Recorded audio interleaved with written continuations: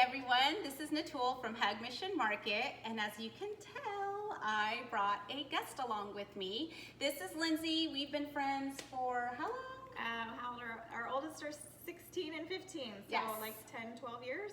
12 years, I don't and know, she's stuck around. But today, I am going to be talking with Lindsay about chicken, about taking boring chicken breasts to the next level. What do you hate about chicken? I don't like the rawness of it. No one likes to touch chicken. We are going to get in touch with our Latin roots.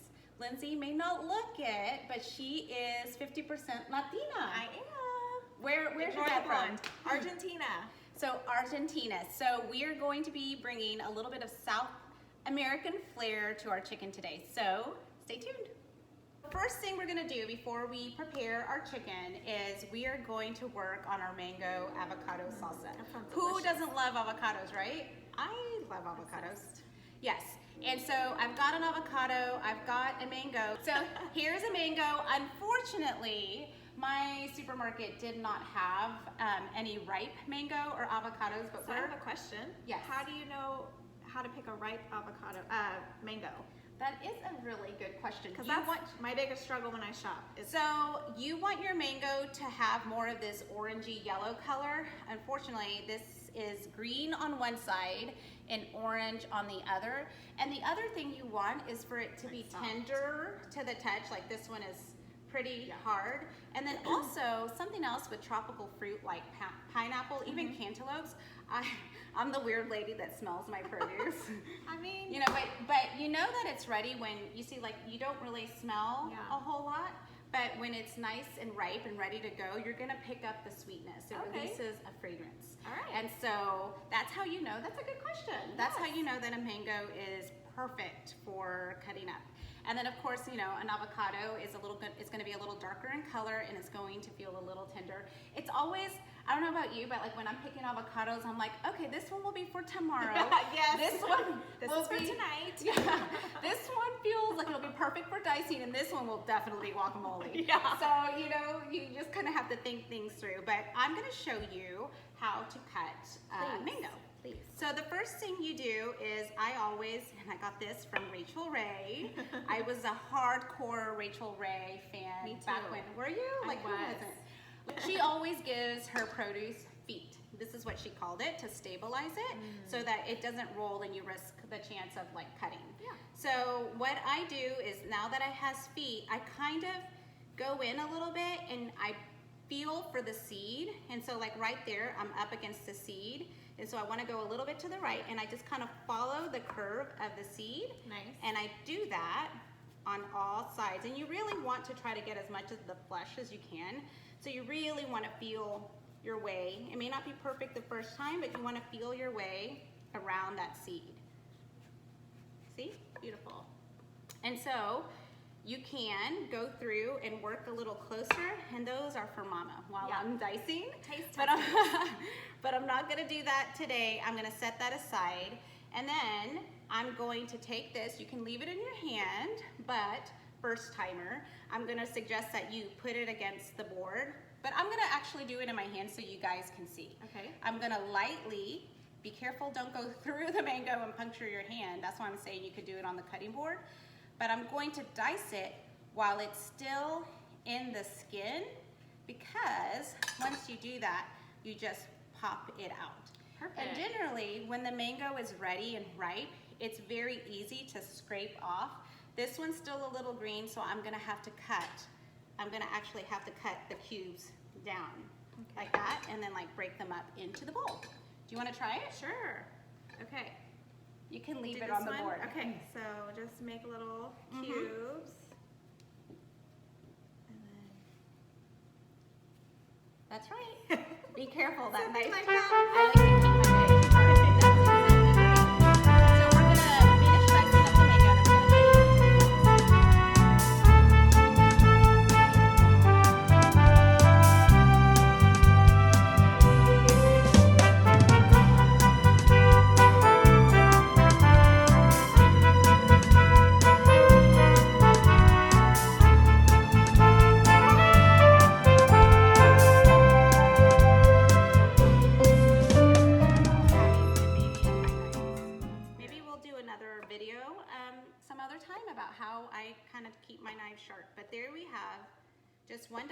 tomato, and then I'm gonna finish off with some cilantro. I never know whether to say like cilantro or cilantro. Cilantro. It feels a little weird, but it's kind of like a trending thing. Like you can be talking to like, and I'm going to be chopping up some cilantro. Exactly, it doesn't matter. And so I go back and forth. Like if I'm speaking Spanish, I call it cilantro, but sometimes it feels a little funny to be like my name. I just got my tomatoes and now I'm gonna add my cilantro. I got my tomatoes.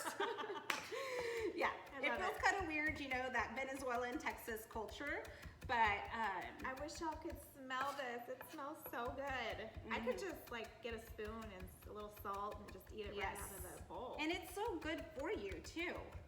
Okay, so now here, why don't you squeeze? Ooh, fancy. So generally, this actually is marinated with lime, but I did not have lime, like I said Did earlier. I do this the right way? Yeah, that's Okay. perfect. Yes, it's.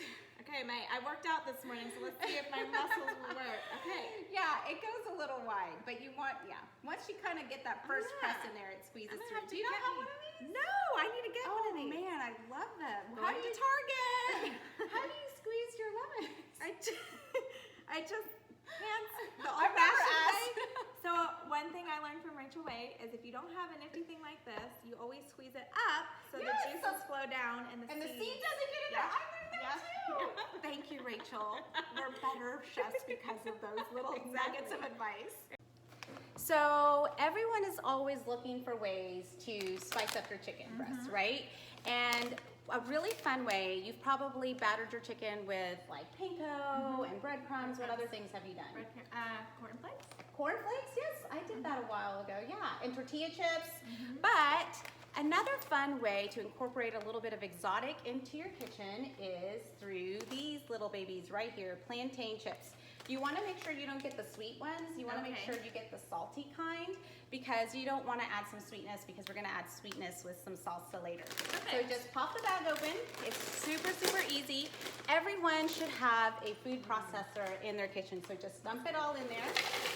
And you're basically just going to process it until it is a fine, you don't want it like too crummy. You want it kind of into tiny little chunks. Here, let me help you. Okay, so this is what the plantain should look like. And now we're ready to cover the chicken with this magical breading. Yay! Okay, so I promised Lindsay that we were going to do minimal touching of the raw chicken because she said she hated the rawness of the chicken. And so I did use my fingers to put it on here, but I don't want to bake this in the oven. I just want to do a nice little pan fry it. And so to make sure that my chicken's gonna cook all the way, I just like butterfly it? Yes, Is that what I it's called? butterfly it all the way. Look at you using your technical terms. Try. It's all my interesting recipes. See, but we're gonna split it in half just like that. You don't even have to put your entire hand on it, but you wanna make sure the chicken is still like pretty cold so that it makes it a little easier to cut through. Perfect. So now that I've cut it in half, it's still a little thick. I'm not fully comfortable that it's gonna cook all the way through without burning my plantain crust. So what I do, I take some wax paper and I put it over my breast because you don't want it splattering all over the place. Yep. And I have a little kitchen mallet, but Lindsay, what do you use? Because you said you didn't have one of these. Yeah, I don't have one of those. So I take a small like frying pan and I just whack it. Like, you know, Tangled when she whacks the guy for entering the castle and she just whoosh. So I use that. You have flour. Perfect. And can you guess what the S is?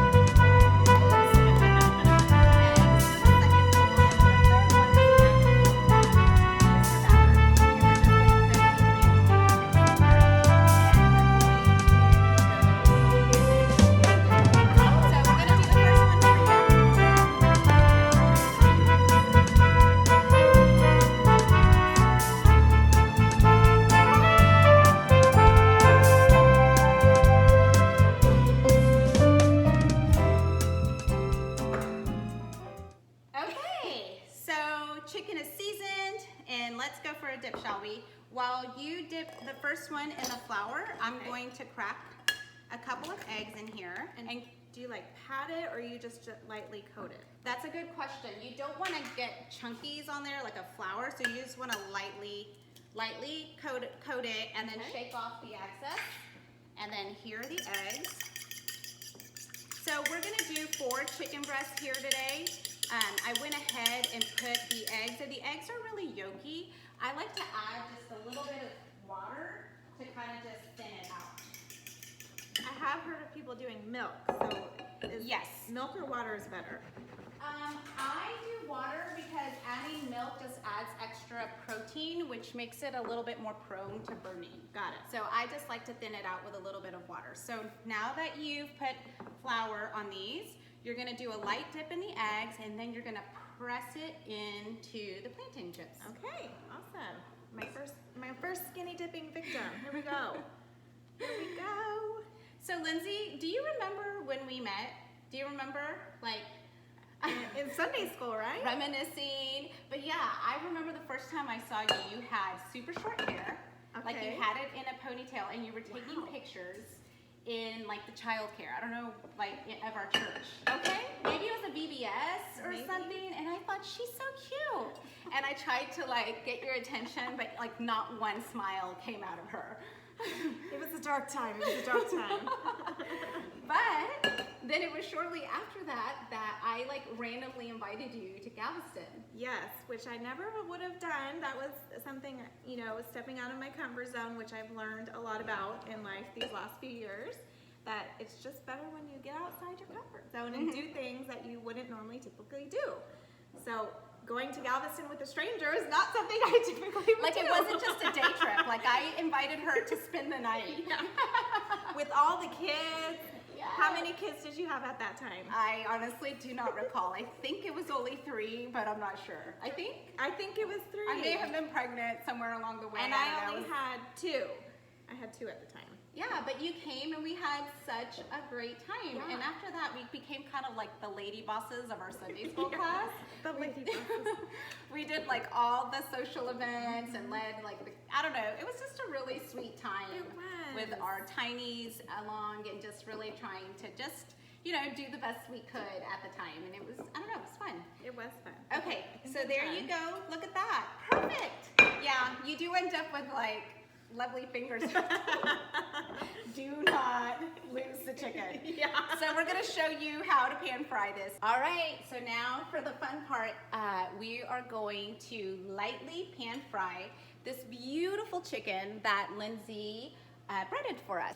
Look at this, y'all, how beautiful that looks. Nice, golden, delicious. I had some arugula in the fridge, and I happen to have some sliced cabbage in the fridge as anything well. works. Love the cilantro. How do we say it? Cilantro. Cilantro, aguacate. Oh, I'm just kidding. Avocado. Cilantro, avocado yogurt dressing that I get from my local supermarket. But just your favorite dressing. I love this one because it has a yogurt base and it just has that freshness and creaminess from the cilantro and avocado.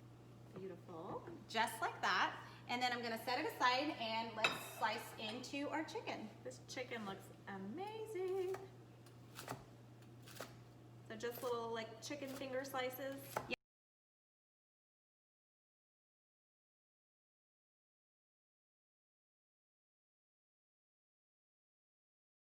Today, I'm gonna give her the honors of taking a big bite and letting us know how it tastes. And I'll be okay with that. I will gladly. Do I just use the... Okay. No, sorry guys, there goes the cackle. Just use the butcher knife to cut through your salad. Right. This is not gonna be pretty, but it's gonna be delicious. What do you think? What do you think? It is so good. Give me a moment. I'm sorry I'm laughing because I go through this every week. And I just embrace it. Just enjoy it, take in the flavors, and then we'll... There's so many flavors. Oop, there's the spice. So it was like sweet and tangy and then a little spicy. Oh my gosh, okay. And improvisation is key. Bring a little bit of creativity into your kitchen. We're now gonna take a break and enjoy our lunch. Talk to you guys later.